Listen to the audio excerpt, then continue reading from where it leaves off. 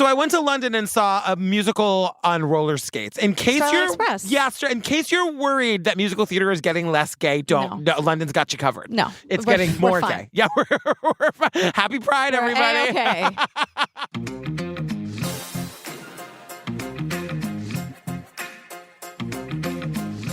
Hi, Jillian Benzavalli. Hi, Patrick Hines. Hey, fam, can I make a pitch to you? I'd really love it if you joined our Facebook group. Okay. The Facebook group is so fun. We got 52,000 people in there at this point. You're just finding your like-minded friends. You're talking about the episodes. Yeah. You're like, I'm doing meetups all summer. We're talking about the meetups all in there. Yeah, we're sharing a lot of like bear memes. Yes, always. Like the animal bear. Yes. It's still Pride, but you know what I mean. The animals. Not those kinds of bears.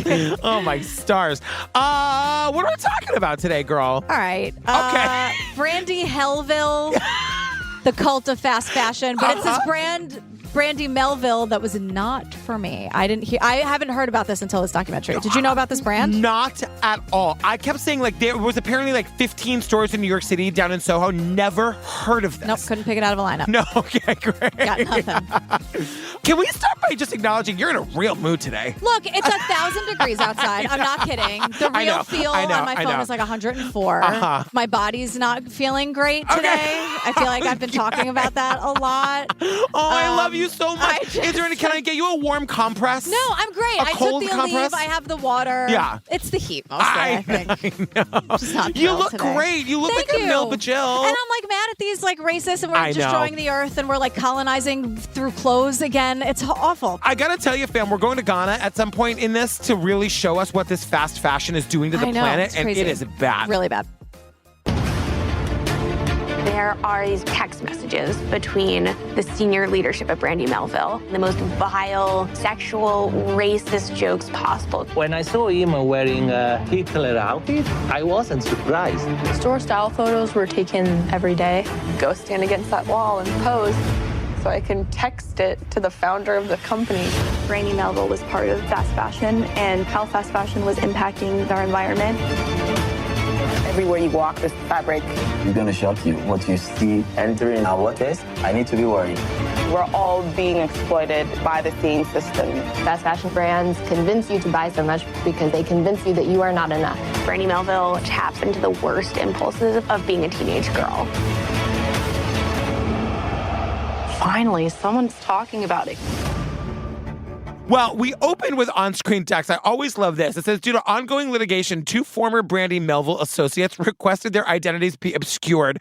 They are portrayed by actors reading from their interview transcripts. Yep. I just went, oh, shit. Yeah. That's my favorite was when a documentary hires actors. Right, but you know what I also love? That all of the former teenage girls, now women who work there, are Yeah. show my fucking face. I'll say it. I know. I'll say it right out loud. I'll say I it know. right to them. Let's go. It really is wild. Well, speaking of, we meet this girl right at the top. No name, but she's with us all the way through. She heard about Brandy Melville in 7th grade. She said the things that come out of this woman's mouth. She says, You had to have it. If you didn't have it, what were you doing?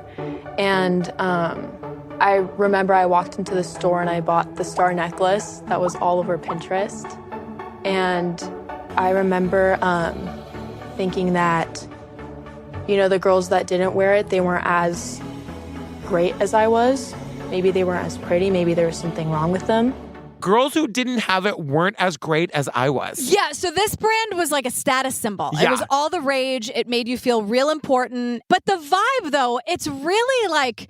If you were a Brandy Melville person, Yes. like that's fine. It's just not necessarily my aesthetic. It's very basic. And Yes. they admit that. It's like they call it little girl feminine, which is like, but only because that's I creepy to don't men, I'm like saying. that. You know, I mean, Yeah. but it's like flowers and hearts and beachy and California and all the shirts were always cropped and the shorts were really short. And it was very like, I don't know. I think you know. It sounds like that Natasha Bedingfield song. Which one? It's very like Laguna Beach, is what I mean. Yeah. You know, it's very totally. like well, because those kids. it was very much for one type of girl. It was for like a skinny, tall, quote, pretty, blonde, white girl. So we meet, do you remember Kate Taylor? She's an investigative journalist. We met her during Quiet on Set. That's where we know her from. Yeah. Okay, I love her. So the first thing to know is that Brandy Melville has a size that says one size fits all. Yeah. But that size is tiny. This does not make any sense to me. I do not understand how, like, I, as a bigger bodied person for most of my life, I just want, like, is everybody else thin? No. You know what I mean? So, like, it's not that one size fits all. And I'm not saying that in any way. I'm no, just no, saying, no, no, no, like, I'm not yelling at you. No, I'm not yelling back. Okay. But I'm saying, like, the answer is no, because there are just about 1 million body types in the world. Right. Like, so I don't understand. So they're just saying that, like, really what they're saying is one size fits all ... of the kind of people we want to shop at this store. Well, that's so, because I'm like, we don't do, like, Gen Z would never put up with this shit, like, today. Yeah. But we meet Alyssa Hardy, who's the former fashion editor for Teen Vogue, and she says it very simply. She's like, sometimes, even the celebrity would wear a Brandy Melville tee, and that would be an easy, like, cheap t-shirt that you can also get. People are buying into not just a white t-shirt, they're buying into that Brandy Melville lifestyle.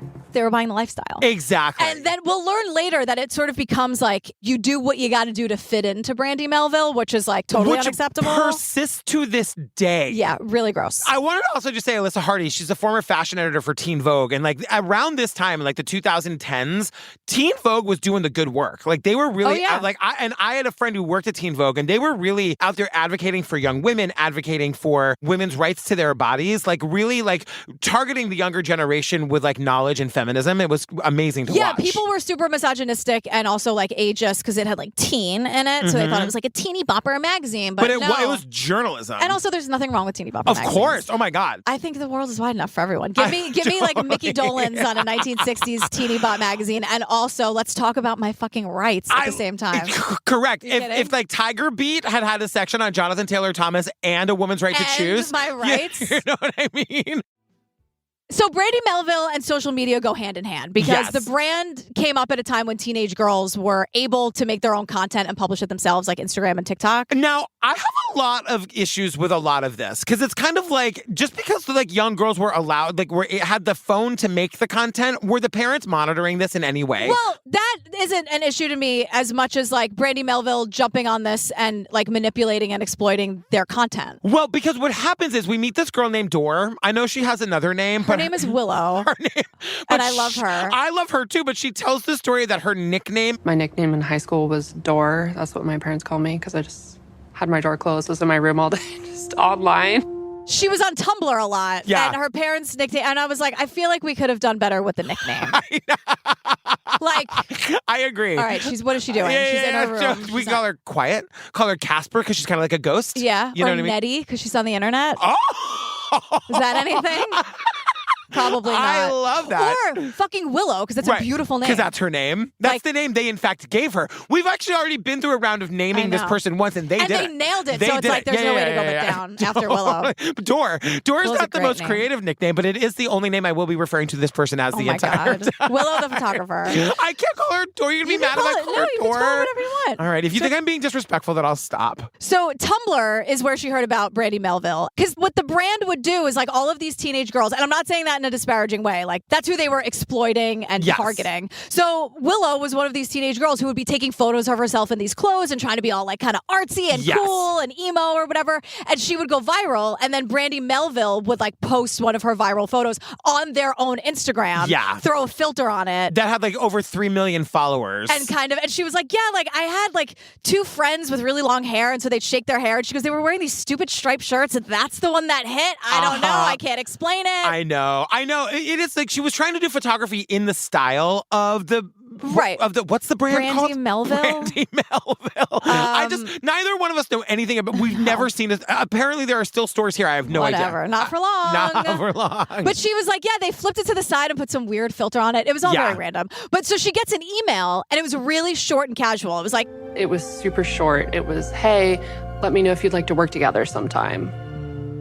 You know, there was no email signature. There was no, hi, I'm from this company. Like, I really like your work. Nothing. That just said Jesse Longo. It's like, who is this? No big introduction. No proof that it was legit. No email signature. Not anything that you would think. Like, Because from Willow's perspective, she's 14. I think she says she's like 14 or 15 years old. And like Brandy Melville emails you. You would think that it's like here, like presenting you with a golden ticket, some very, very official conversation. No. Because does like the fact that there was not an email signature or a person's name associated with, does this stop her parents from throwing 14-year-old Dor in the car and driving her to Santa Monica to go work with these strangers they've never met? No, these parents are not, they're not involved enough. This scares me. But like, what are they? What's the problem? I don't know. Well, she's 14 years old. She literally describes her parents as like throwing her in the car, dropping her off for the day, and then like taking off. Could you meet the guy? Could you go into the store and be like, I'm leaving my 14-year-old daughter here with you all day long to like take pictures of like scantily clad young girls? Like it just seems like ask a question. Yeah, no, because at the time, like they're using, because it's just like Willow in a dress and her friends fully clothed, like in a field, and they're really good photos. And I'm like 16 years old, good photographer. They are really good photos. But my question is like, okay, I'm guessing that this means that they emailed her after they used her photo. Yeah. So like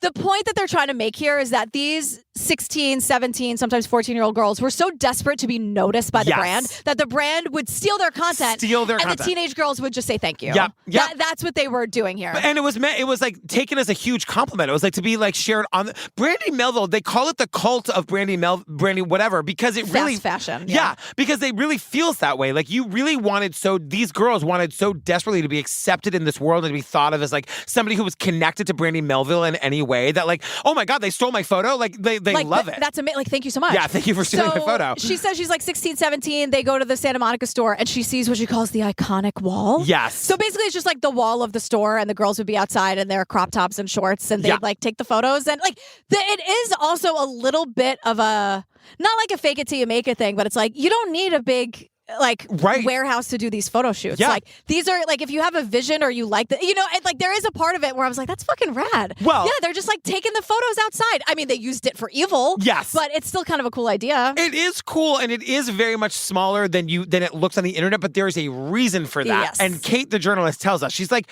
the backstory of Brandy Melville makes absolutely no fucking sense. No mission statement, no explanation at all, like who is actually running all these stores. So as I was digging deeper, I realized each Brandy Melville store is owned by a different shell company. And then Brandy Melville is a trademark that's owned by a Swiss company.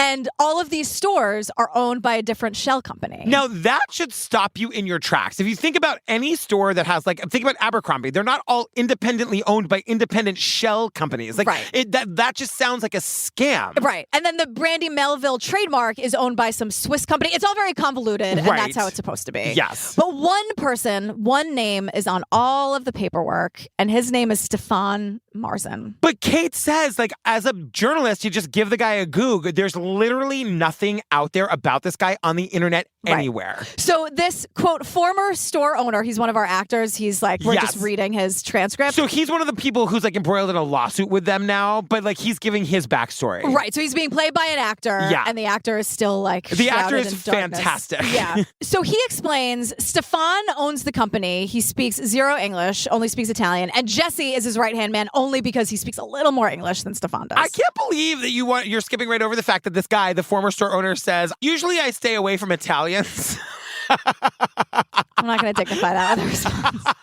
This Italian I'd stay far the hell away from, too. Yeah, that's true. But only this guy didn't stay away from this Italian. This is the Italian he chooses to do business with. Right. Honestly, get yourself a Pensavalle. Like, you know what I mean? My God.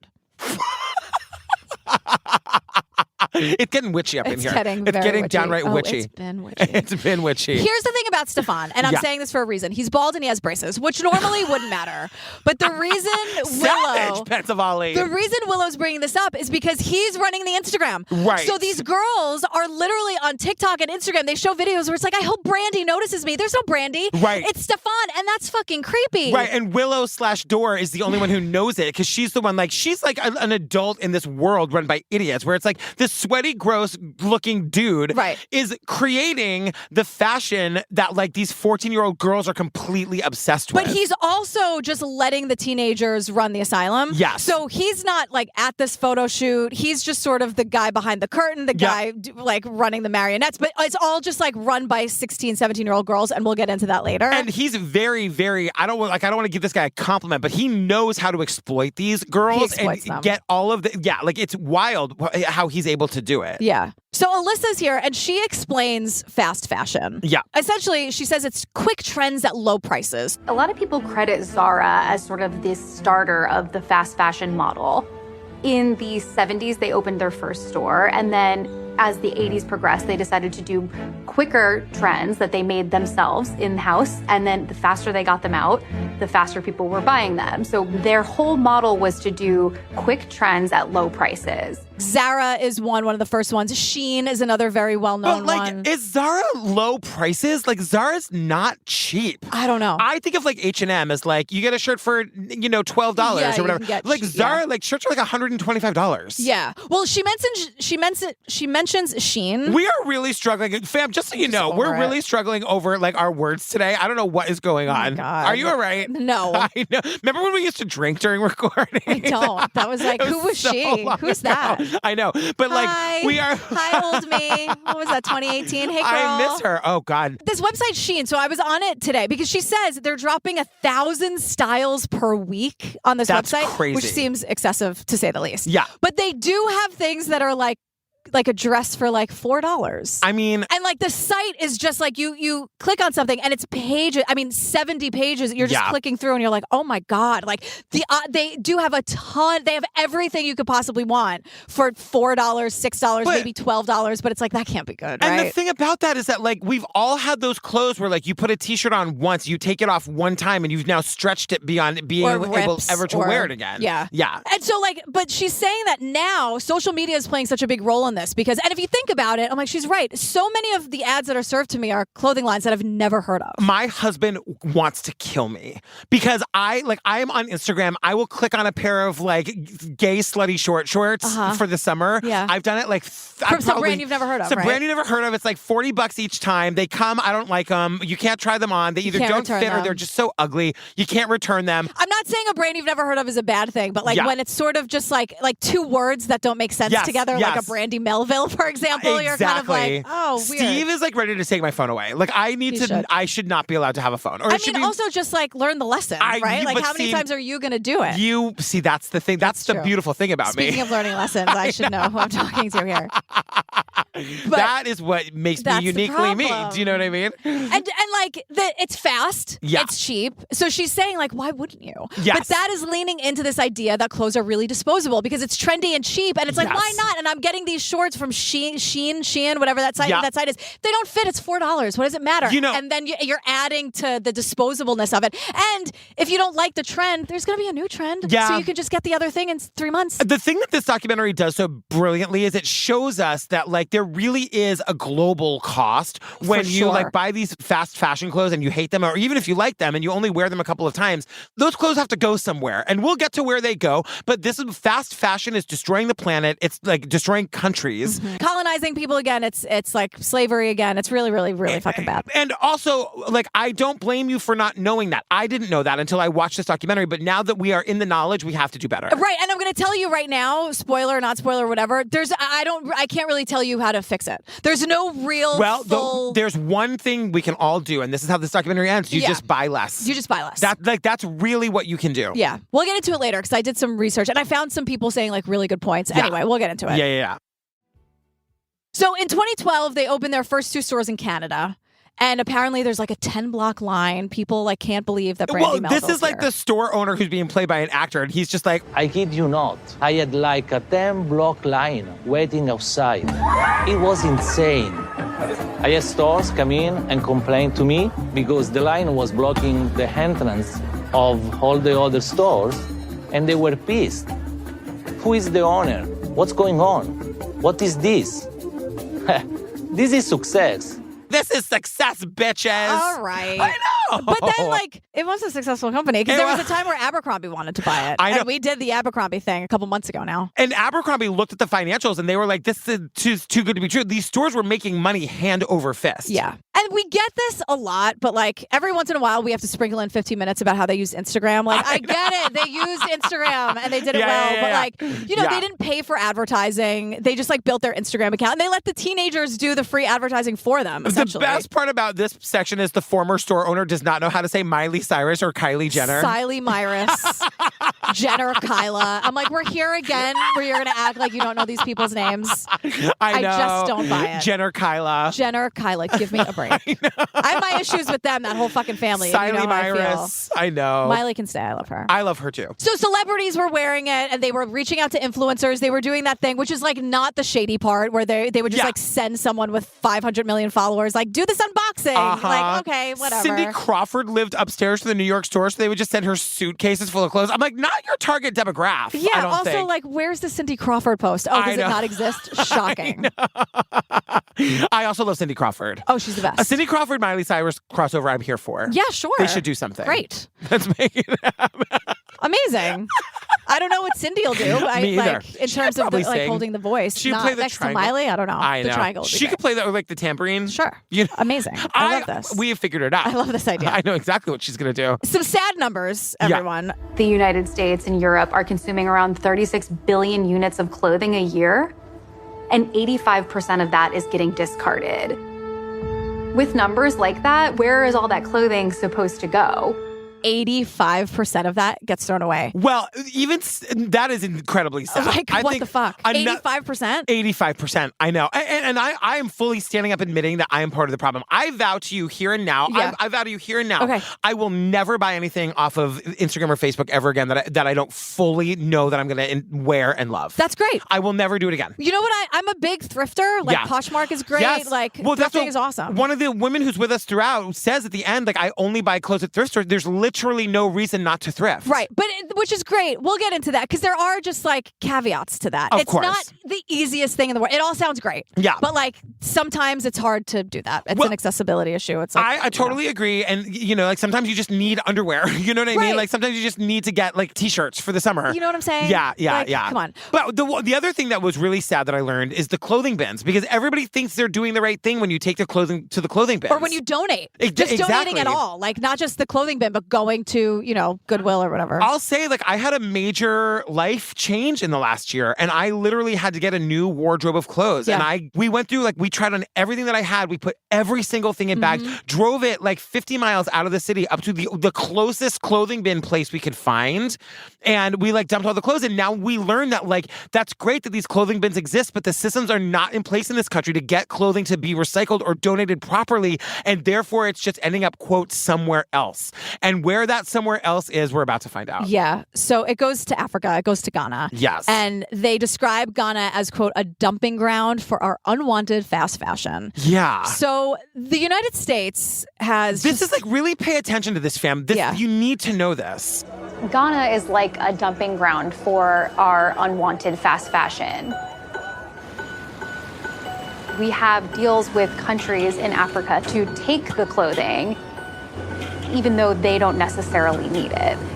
Even if they don't need it, the deals are in place that they're taking this clothes. Listen to these numbers. Ghana now currently has 10 times the amount of clothing than people to wear it in Ghana. Right. And they are contractually bound to take these clothes whether they want them or not. And if they decide to try to get out of these contracts, they get taxed, they get punished. They get punished by the West. And so what ends up happening, like, long story short, is like all these like hundreds of millions of pounds of clothing go to Ghana every year, and it ends up in the ocean. Yeah. So we meet these people from the OR Foundation, and the OR Foundation is really trying to spread awareness about this. They're trying to stop this. They're trying to help this cause, right? Yeah. So Sammy Otang, he says, just to like really put it into perspective, everyone in Ghana would need to buy one outfit per week to make a dent in the secondhand clothing, which is crazy. And Liz says that the secondhand clothing in Ghana is called Obruni Wabu, which literally means dead white man's clothes. Yeah. Because at first people were like, well, obviously this is all like a full wardrobe of people who died. Yes. Like obviously a tragedy struck, and this is from, and they're like, no. Nope. This is just the turnaround and the revolving door of fast fashion. And like the thing is, like, you think that we're sending clothing to these like poorer nations because they need it. No. We're sending it there to make it their problem and not ours. Right. And it's really fucking up their economy. It's really fucking up their ecological system, and it's really fucking up the bodies of the laborers who are tasked with handling this stuff. Right. They say say that the clothes are turned into weight. Yes. Because they're just like moved around the world, taking up space. And Liz from the Orr Foundation says, you can't escape the truth. There's too much clothing. There's too much. So like the retailers are buying what they call bales from the importers, and the people in Ghana never know what they're getting. So they call it like a surprise box. And usually it's very, very, very low quality clothing, which is fast fashion. Yes. Like the shorts you're getting from that website Shein or whatever, like they're not going to last. No. So you will get rid of them. Yes. Or they will rip, or you will. That's the point. It's like inherently. And even if you don't, like they're going to come out with something new next week that you want, and you're going to go get that and wear that instead of the 5 things you just bought. Right. You know what I mean? So hold tight on that. We'll get back to that. So now we're back again. We get it. They're on Instagram. The employees, the Brandy Melville girls are all over Instagram.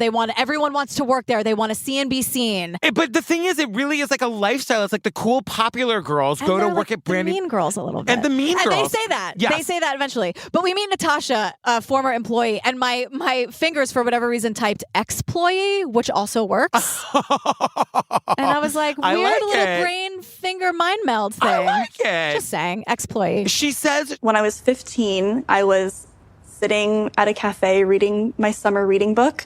And a woman came up to me and said, do you want to work at Brandy Melville? She's like, you look so cute. I think you would look really great working at our store. And I was like, yeah, I want to work at Brandy Melville. Like, I thought it was so cool. she got recruited in a coffee shop to work at the Palo Alto store, quote, because she looked popular. Right. You know? Which, like, you know what that means. Right, of course. But they even say it here, like, Brandy Melville hired almost exclusively pretty white girls, skinny, small, young, blonde, pale.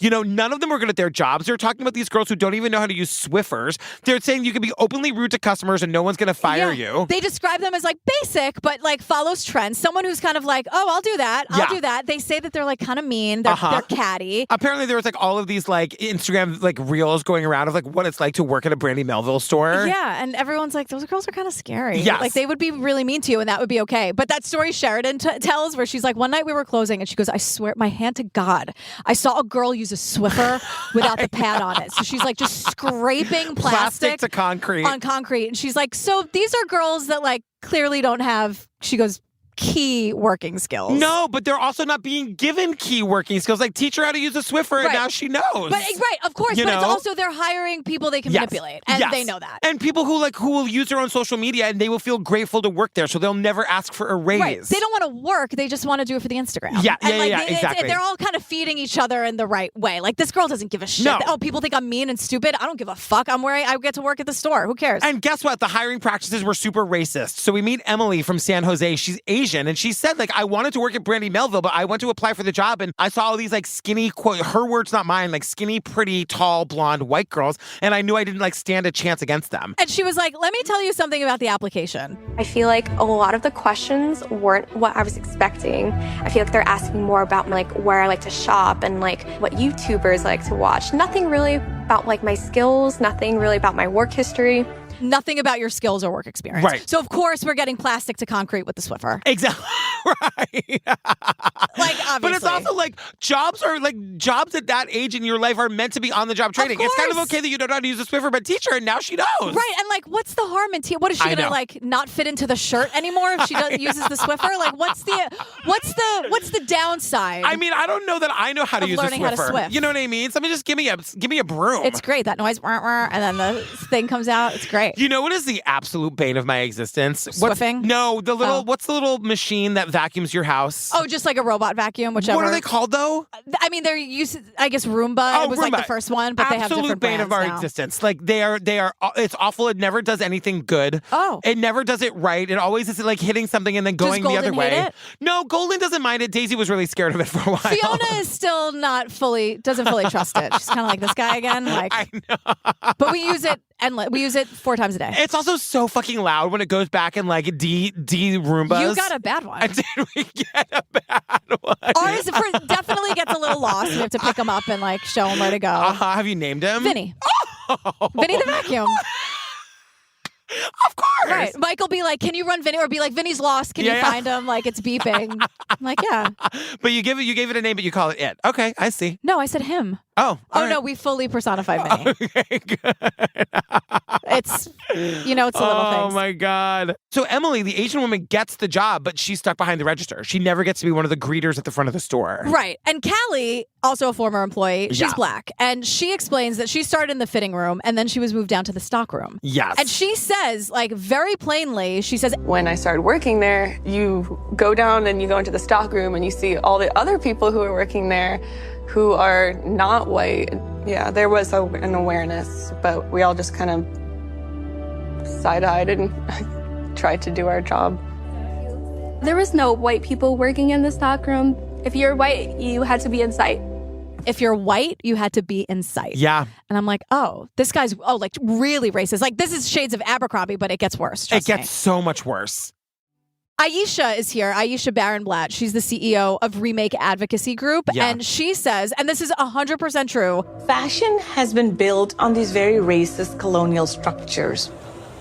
And also on the backs of women, mostly women of color. And the way that the industry gets away with abusive situations is by dehumanizing this workforce. Mostly women of color. How we see this all the time. Yes. And that doesn't that's a bad thing, everyone. I'm not saying that the fact that this story is literally as old as time should make you furious. Well, because then we go back to Ghana and we're with the women who are carrying these bales of clothes on their head. That's how they transport them. Like the excess discarded clothes. Yes. Now, they carry bales of secondhand clothing that weigh a minimum of 120 pounds. So that's their entire body weight on their heads. They say it's dangerous and literally backbreaking. If you carry 50 kilograms 10 times a day, that's 500 kilograms on a woman's body. Now, I wanted to point out here, just for reference, at the gym, sometimes I work out with kettlebells. Kettlebells are also in kilograms. The very heaviest kettlebell I ever swing is 32 kilograms. That is significantly less than the 50 kilograms these women are carrying on their heads. I work all day long, walking all day long. I was going to say, I work out with these kettlebells for about 6 minutes. Okay. And it breaks me. Yeah. These women are carrying 50 kilograms. So almost double what I'm working out with for 10 minutes, they're carrying on their heads for 10 hours a day. Yeah. And we get, this woman is sitting with x-rays showing us their fused spines. They develop scoliosis, chest pain. It's literally crushing their bodies. And you can't reverse it. No. So you can stop it from getting worse, but you can't fix it, which is absolutely awful. And again, the people of Ghana didn't ask for this. And when they have tried to stop it, the United States and Europe have imposed punishments on them. For example, trying to take away the duty-free status of anybody that wouldn't take the secondhand clothing, or taxing them in ways, or taking away grant money. The United States will punish them in some way. Well, they will tax them. They will take something away from that. They have to continue to receive our discarded clothing, a lot of which people have never even worn one time. It's breaking their bodies to deal with it. And if they don't take it and break their bodies to deal with it, then we punish them. Right. The country then, they don't punished, get food. They don't get money. It's horrendous. But these clothes are also damaging not just their bodies, but their oceans, which is our oceans, the planet. And we are eventually going to go to the beach in Ghana where we are going to just see there is no beach. It is just littered with clothing. At one point, a woman digs 8 feet down into the clothing and still hasn't reached the beach. That's insane. You can't imagine it. Yeah. But the brilliance of this documentary is they're holding up these x-rays to show these fused spines and the pain that these women are being put in to deal with our clothing. And then it cuts right back to these 14-year-old girls making YouTube videos about how much they love and just dumping out bags of clothes they're probably never going to wear on their beds. And also because the industry tells you that in 2 months it's not cool anymore. Yes. So there is also this put on by the industry and society that's oh my God, that's so old. Yeah. How many times have you seen, I don't care what generation you're in, a TikTok by someone not in that generation being you're still doing skinny jeans? I know. You're still wearing this? Or I just found out I can't wear the ankle socks I wear. Oh, fuck that. But this is what I'm saying. It's I know it's all a joke. We're not taking it too seriously. But there is this kind of thing of what's cool, what's in, what's trendy, Jennifer what's Lawrence whatever. got in so much trouble for her socks. We can't wear the ankle socks. Who says? I'm wearing them right now. Me too. Millennials say we can't. I'm a millennial. I didn't say anything like We're that. officially boomers. Speak for yourself, Mr. Green Text. Why are you sending me green texts today? Oh my God, because I was just in another country and I can't figure out what I did to like change it so I could send text there. Now I can't send. I like literally, Grandpa can't figure out how to get his text blue. And I have had friends say, "Do not text me until the texts are blue again." It's painful. I know, Mr. Green Text. Wow, you had that in the chamber. You were really, you were looking to haunted unload me all day. I was like, what is happening?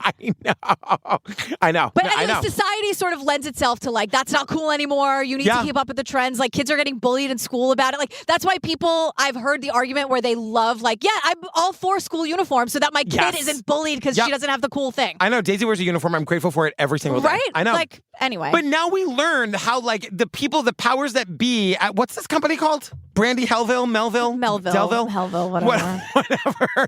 How they're coming up with the clothes that they're making. They are literally, the reason they're hiring the cool girls is because these girls have cool fashion. So there was this white girl. We were friends. She was like, oh my God, like, Stefan, you just paid me $100 for the sweater I'm wearing so they could copy it.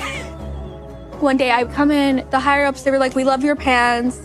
And they're like, where did you get them? And can you show us? So I showed them online and they bought the pants. They paid like $50 for express shipping.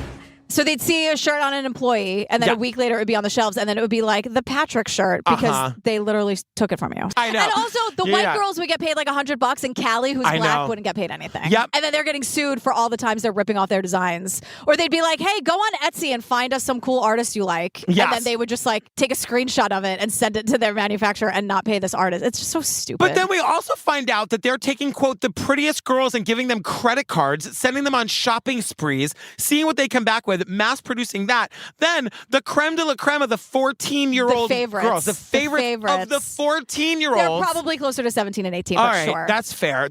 Yes. But they're still the favorites. The favorites, and they're still underage girls, and they're getting flown to China and all over the world to go to the literal sweatshops and pick the things they like the best. Well, and I quote, they went to, quote, do a bunch of like product research and stuff.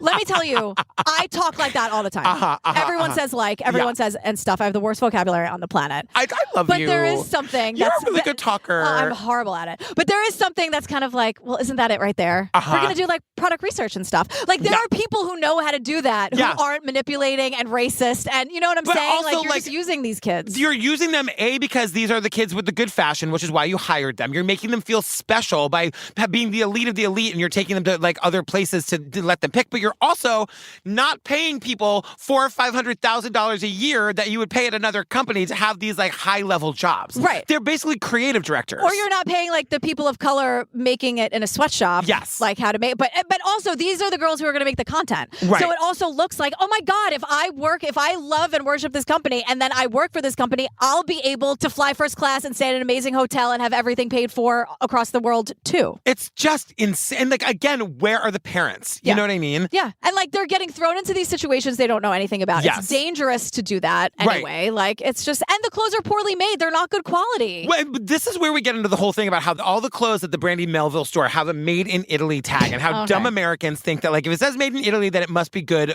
quality. So we go to Prato, Italy, where we meet the mayor. And the mayor is basically saying like, for 100 years, we are specialized in the luxury brand.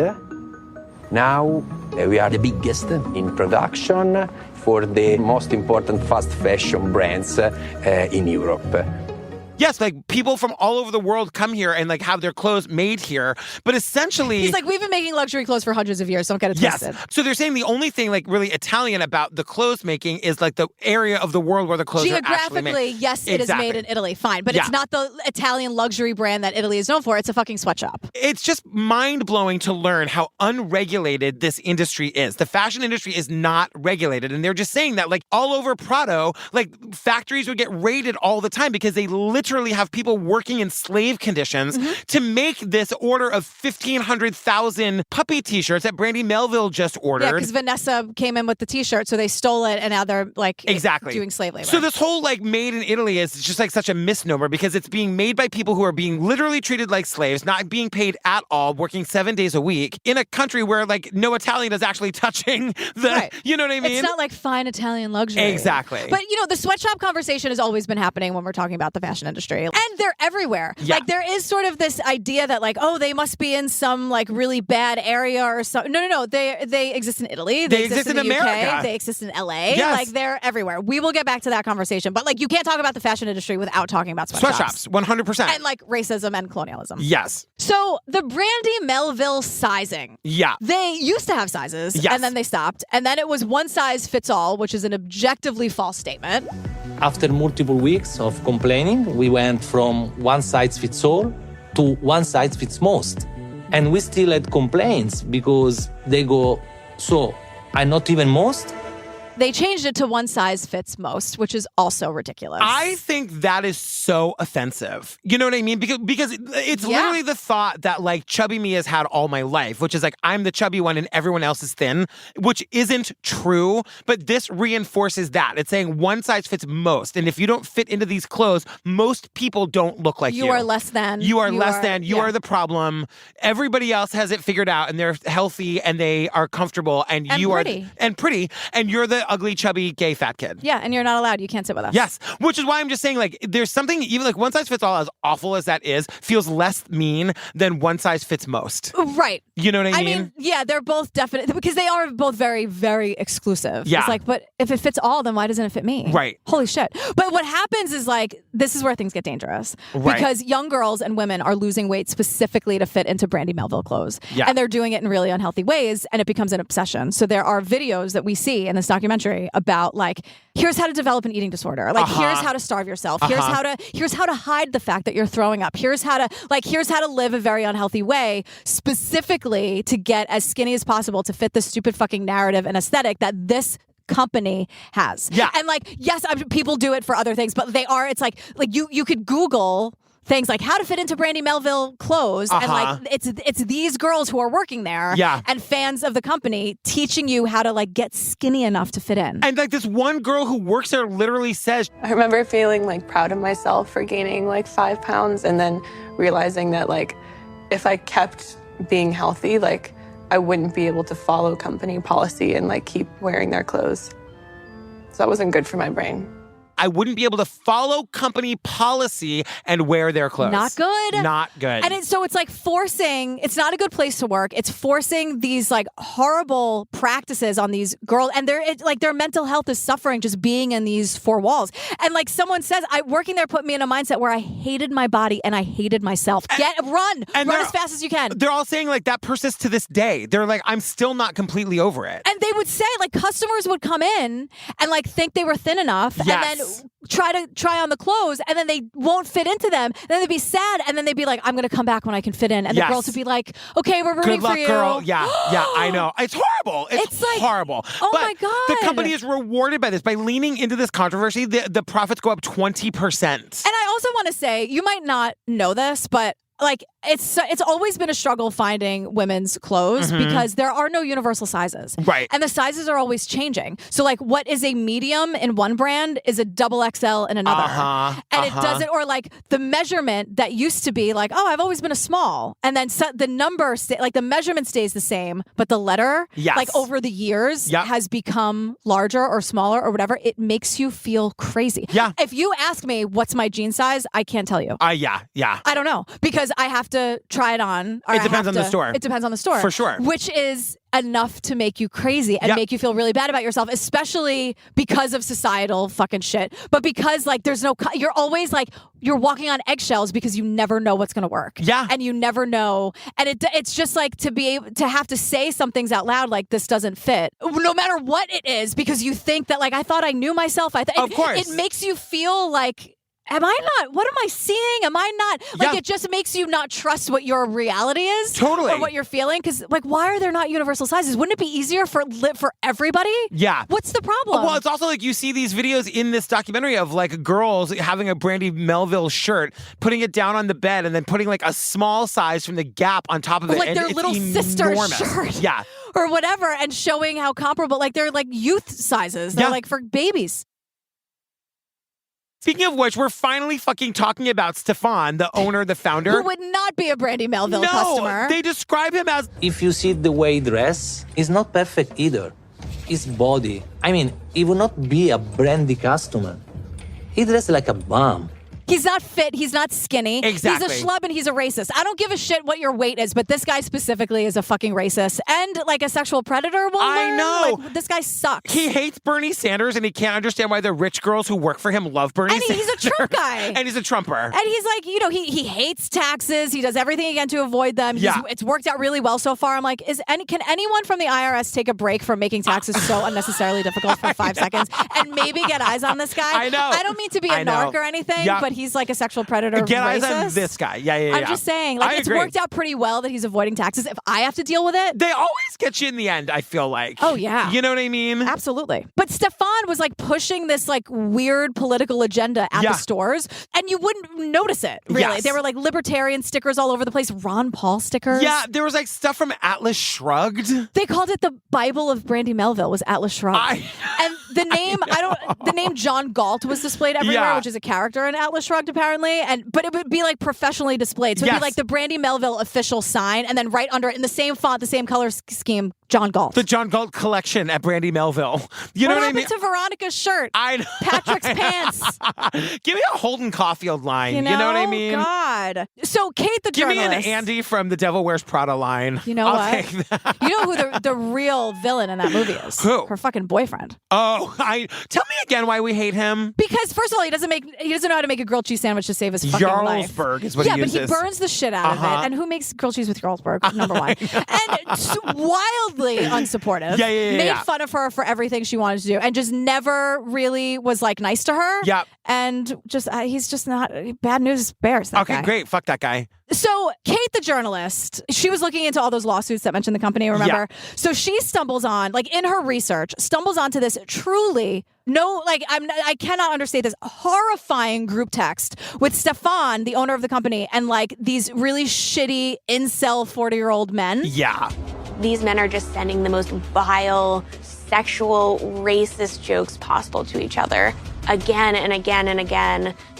This isn't something that is like, oh, someone got overly offended by like a joke on Twitter. It was shocking how far they were willing to go. The memes, among other things, were racist, sexist, disturbing, offensive, overly sexual, anti-Semitic, lots of Nazi jokes, Holocaust which is like doesn't survivor, work for me. There are no Nazi jokes, except if you're punching one really hard and it makes a face.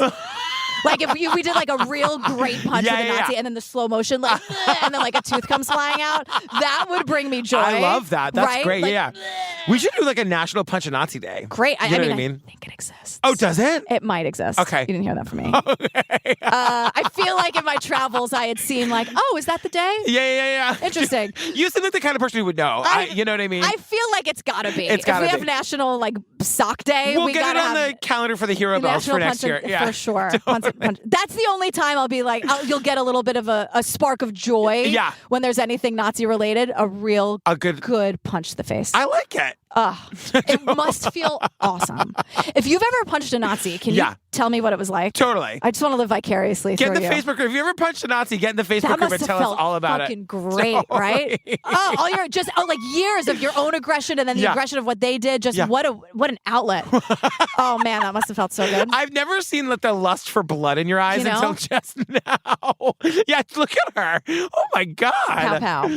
So these people are fucking vile. Yes. And also, then we learned that like how the creepiness was really in plain sight. Yeah. Because every day when you came to work, they, like some other girl or young woman, would take a photo of you and send it to Stefan. Yeah. These girls are teenagers. He is very much not. Yes. We were kind of told, oh, the photos are potentially if we want you to like model for us. At first, it was only full body photos, and then they started requesting chest and feet pictures, which I was like, what? First they were full body, then they were chest photos, then they were feet photos, which is we're just not doing this. No. If anyone, just walk away. Walk away. The job isn't worth it. Get out. If you're listening to this. But people were quitting because of this, obviously. But he would also, the daily photo, like you could get fired for that if you didn't look skinny enough, if you didn't look right. Like he was evaluating you on your looks and hiring and firing you at will, which is illegal. But then they say like you can make up any reason to fire a 16-year-old girl. I know. They're never going to question it and blah, blah, blah, blah, blah, according to the people people in the documentary. You can make up any excuse. There's 700 reasons they're either lazy or they did or whatever. But again, that's more manipulation. And again, you never taught them how to use the register or the Swiffer or the whatever. So you're just sort of setting them up for failure. If Daisy had a job where she walked in and every day the manager was like, I'm taking a picture and I'm not going to tell you where it's going. And no free feet pics ever. No free feet pics ever. They pay for that shit. Are you kidding? You can make a nice living. Really? Apparently. Not me. I do not have nice feet. Really? No, I mean, I have gross, big, hairy, Patrick feet. Okay. Yeah. Wow. My feet are not cute. Okay, well, I don't. But you know what? I think. Do you want to know more? Should I describe them in greater detail? But I think.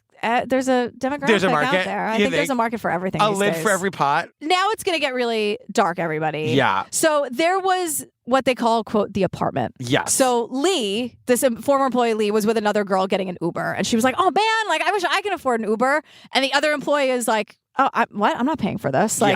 And when Lee asked, what do you mean you're not paying for it? The company, what are you talking about? The girl goes, well, I use the company account because I'm going to the apartment. And the vibe was very much like, if you don't know about the apartment, you don't know about the Ubers, that it's a one size fits most situation. She's one of the girls that would get taken to China. She's a favorite. What I mean? So Willow tells us about this scary apartment, which is absolutely terrifying. Because remember, Willow was the young 15-year-old girl that would they used her photo on Instagram. They hired her as a photographer. Now they're flying her out to New York to do work in New York as an underage girl. It makes me crazy. So at this point, she's 17 years old. Yeah. So Willow's her parents said, fine, go, do it. I know.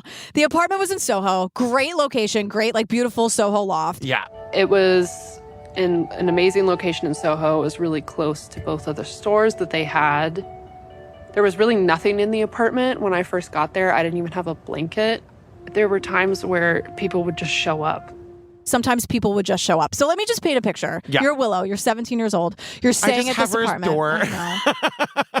You're staying at this apartment and you walk to the bathroom in the middle of the night and you see someone else in the apartment and nobody told you that someone was going to be there. Maybe it was another teenage coworker or maybe it was a creepy 50-year-old guy. Yep. You never knew. And once again, 17 years old, this girl. Who has access to this apartment? Right. And who knows that there are sleeping teenagers in yes. it? Yes. What is going on here? And Kate has another story. There's a story about an employee who said that she was drugged and sexually assaulted. She was 21. In that apartment, quote, by her boss. Yes. And this person did not want to report the rape to police because she didn't want to lose her job and be forced out of the country. Right. So everyone is on some level afraid of getting fired. Yes. So this is they're just vulnerable and easy to manipulate. Yeah. I mean, and they're scared. The idea that Willow's parents were at 17 years old, go stay at this apartment where we don't know who else is going to be there. And I know. You know what I mean? And who knows what the girls were telling their parents? Of course. I know. You never know. But also, so they would do horrible, horrible things like that. And then they would do stupid, immature, weird shit like weaponize Instagram. Uh-huh. So not everyone who worked there would be followed by the brand on Instagram. The brand only followed 6 people on Instagram. And that became a really important thing. Yes. And when they followed you, it was a big deal. But the biggest deal of all is when they unfollowed you. This is the cultiness of it. This is how they get you. They manipulate you to do whatever you want. So you'd be like, why'd they unfollow me? Did I do something wrong? Am I skinny enough? Am I this enough? Right. But honestly, really though. So we go back to Ghana in Africa and what they're calling the waste crisis. And that's exactly what it is. Yeah, because we learned. With our research, we've found out that about 40% of the garments that are coming into Kathmandu, the market, it goes into the waste stream.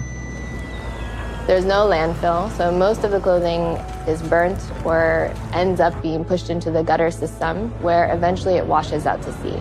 And, quote, washed out to sea, but then it comes right back onto the shore. And this is where we go to the beach, and we're seeing, with these activists from Ghana, we're with them on the beach. There is no sand. There is no beach. It is piles. It's like a hillside, only the hills are made of clothes. And this is the part where the woman says, I dug 8 feet down in clothing and still have not hit the sand. And they say they're burning the clothes, but they're not disintegrated. So, they'll put the burned clothes into these gutters, put them out into the ocean, and they'll come back, but the clothes that they're picking up are half burned. Yes. So it's you're just destroying, you're just creating, you know what I mean? Yes, and also the fish in the ocean are eating they're eating the clothes, and then the people people are eating the fish. So the toxic fumes from the burning of the clothes or the actual dye that's in, like, it is now the people of Ghana are now eating the food. Right. And we are forcing them to take the clothes. Right. They have no choice. They didn't do this. They didn't ask for this. They didn't want this. It's happening and they're suffering from it. So now, like, you're destroying the ocean and the ecosystem, which means that the fish that you eat either don't exist anymore, or there's not a lot of it anymore, or the ones that you're eating are making you sick. Yes. Again, they asked for none of this, and the United States is forcing them to do it. Which should make you... I mean, I know we have a lot on our plates right now. I know we're all pissed about fucking everything. Yes. I'm just saying, here's another thing. Right. I'm just saying, throw it on the pile. But I'm just saying, like... Throw it on the clothes pile. What's another thing? But people, mostly women, are abused by the fashion industry, and they always have been. Yes. Because Liz says... Ghana's coast was the main port of exit for human beings who were trafficked as slaves to North America to work, many of them on cotton fields to make clothes. And now it's the main port of entry for secondhand clothing being sent back here as waste. So that is a continuation of colonialism and slavery in another form.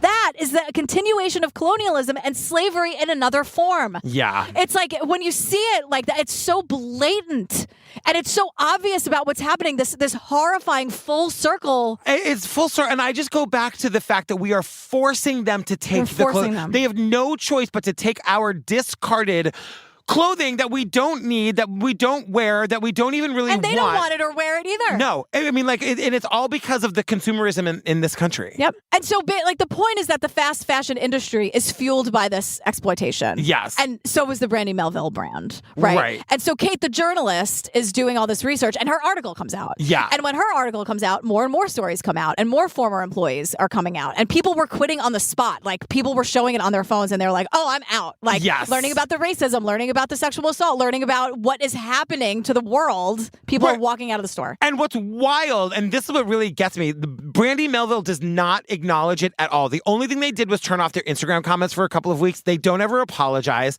And they say that by not acknowledging all of this that has come out, they're not acknowledging any wrongdoing, so they don't have to make any changes. Well, let me tell you. Yeah. Their branding hasn't changed at all. I was on the website today. Uh-huh. It's still up and running. Everything has a size, but the only size is extra small / small. Now, the underwear photos... Oh, God. ...are basically taken in, like, a girl's bedroom. Close up. It's really uncomfortable. It's like an underage girl. I don't know, but it's a very skinny... small looking girl. You literally only see your crotch. It's like a close up of the crotch from different angles. Yeah. But it's not like usually an underwear photo is like also like with the shirt or the little camisole that you wear to bed with it. Yeah. Or it's like it looks really uncomfortable for me to look at. They're still stealing designs. They have like a total Ralph Lauren vibe that I saw like with the bear and the American flag, which is like you don't have to know anything about fashion to know that that's a very Ralph Lauren thing. Yeah. But they also on their Instagram have like these videos of like women musicians, and I'm sure they're great, but like, what is this? Yeah. Like, what are we doing here? And they're just like really like the fact that the website is still up and running and everything is still, so they don't have the wording one size fits most or one size fits all, but the only size on everything, I checked everything today, is extra small / small. So it is one size. Yeah. It's not like extra small or small. Uh-huh. It's XS / S. So it's the same exact thing. You know, just to end on like a call to action, like it's what we were talking about earlier. Like it feels helpless. Like you see the picture of that beach in Ghana and you're just like, it feels like there's nothing that we can do. There's like, it's an unsolvable problem.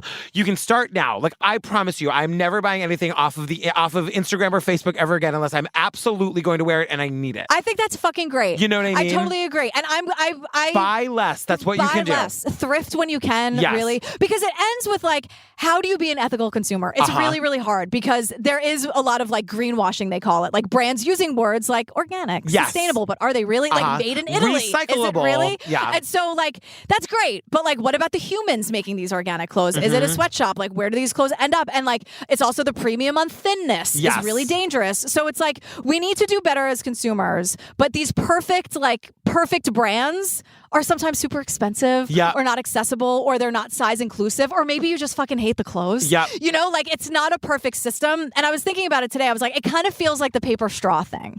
Where it's like, you do what you can do when you can do it. So like suffering through a paper straw, which I fucking hate more than anything. Too. I know, They're getting better. Yes. But it's kind of like the paper straw is great, but doesn't it start at the top? Like, isn't there so much more to be done by other powers that be and other like politicians and government agencies. So it's like, do what you can when you can and be aware. And also push for regulation. Like, we shouldn't just live in a world where we know that sweatshops exist and not do anything about it. Yeah. Like, you know. And the donation thing is a bummer. Like, Yes. I don't know the answer to that. Yes. Because it's always like, okay, I don't need it. I'll repurpose what I can. I give stuff away. But then it's like, okay, I do want to donate, and I know that maybe a percentage of it. I don't know the answer to the donation issue, which is a major bummer. It seems like that could be like a really good not-for-profit that somebody like who wants to do good in the world could start. Like, let's figure out, because like people want to give away their clothes. Yeah. You know what I mean? And like, sometimes they're picky. Like, I love going to Housing Works. Yes. But Housing Works is like, I'll take. They'll only take what they will take. Yes, exactly. And they'll send you away with the rest. Yeah. Which is, I guess, kind of good.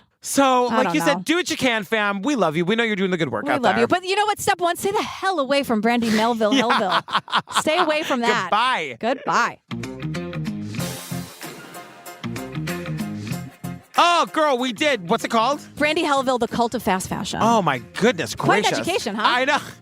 Fam, join us over in the Patreon if you want more Jillian and me. You can get over 450 full ad-free bonus episodes to download and binge the second you sign up. Yeah, that's a lot. of Also, episodes. Drag Bingo. Yeah. There's ad-free episodes. Yeah. We have a tier where we send you stuff in the mail sometimes. Yeah, we'll do like AMAs or advice, or we'll tell you about cases that we haven't covered on the pod. We just have a lot going on. But down there at the $5 level, like that's where you get all the bonus episodes. We're finishing up the Jinx Part 2. Yeah. What's coming up after the Jinx Part 2?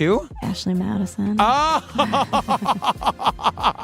Yeah, it's really good, fam. Yeah, we're having a good time over there. Patreon.com/truecrimeobsessed, or go to our website, click on the Patreon link. What are we doing next? All right, this is Steve Tipton Pick. Oh. It's called The Thief Collector on Amazon. I don't know anything about this. It's an art heist and possibly a murder. Oh my, how did Steve just said you wanted to do this? Someone suggested it, and Steve was like, gays in the desert, because apparently someone was like, there are gays in the desert and an art thing and whatever, and Steve's like, we love an art heist and gays in the desert, and I was like, Steve, you got it, sweetheart. Oh, that's so nice So of you. here we go. All right, well, stay tuned for the trailer for that, fam, and we love you. We love you. All right, bye. Bye.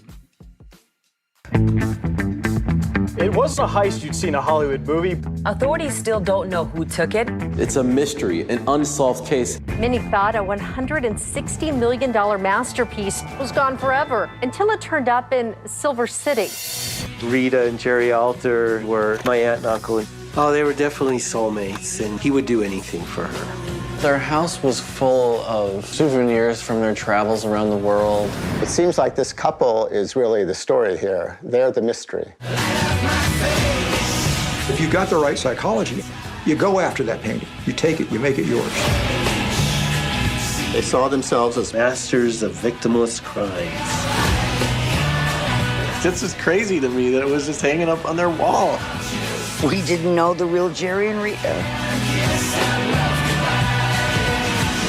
The Thief Collector is the darkest of them all.